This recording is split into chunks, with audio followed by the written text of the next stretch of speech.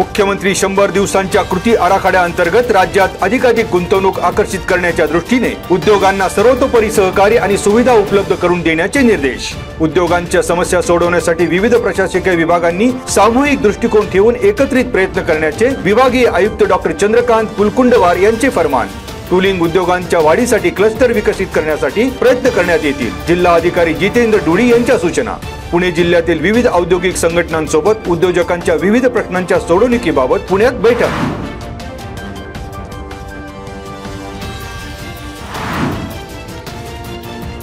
श्री क्षेत्र आळंदी येथील वाढत्या बाल अत्याचाराच्या घटनांच्या पार्श्वभूमीवर राज्य शासनाने उचललं पाऊल। श्री माऊली कृपा ज्ञानदान अन्नदान संस्था संचालित निराधार निराश्रित बालकाश्रम संस्थेचे नोंदणी प्रमाणपत्र आणि अनुदानित संस्था म्हणून मान्यता रद्द। राज्य शासनाच्या महिला आणि बाल विकास विभागाकडून शासन निर्णय। संस्थेच्या नोंदणी प्रमाणपत्रास 5 मे पर्यंत देण्यात आलेल्या मुदतवाढीवरही फुली।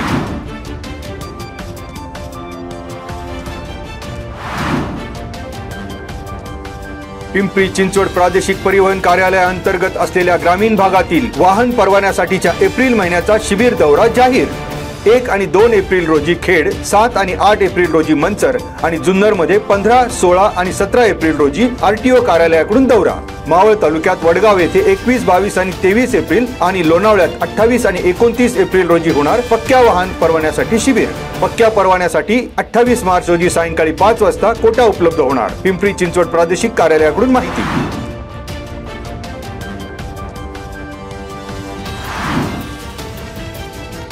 खेड तहसीलची जबाबदारी अजूनही अतिरिक्त कडेच। पुढील आठवड्यात पूर्णवेळ तहसीलदार मिळण्याचे संकेत। तहसीलदार ज्योती देवरे यांची खेड तहसील कार्यालयातील 16 मार्च 2024 रोजीचा बदली आदेश रद्द। पुढील पदस्थापनेचा आदेश निर्गमित होईपर्यंत ज्योती देवरे यांनी जिल्हा अधिकारी कार्यालयातच रुजू व्हावे। महसूल आणि वन विभागाचे सचिव अजित देशमुख यांचा आदेश।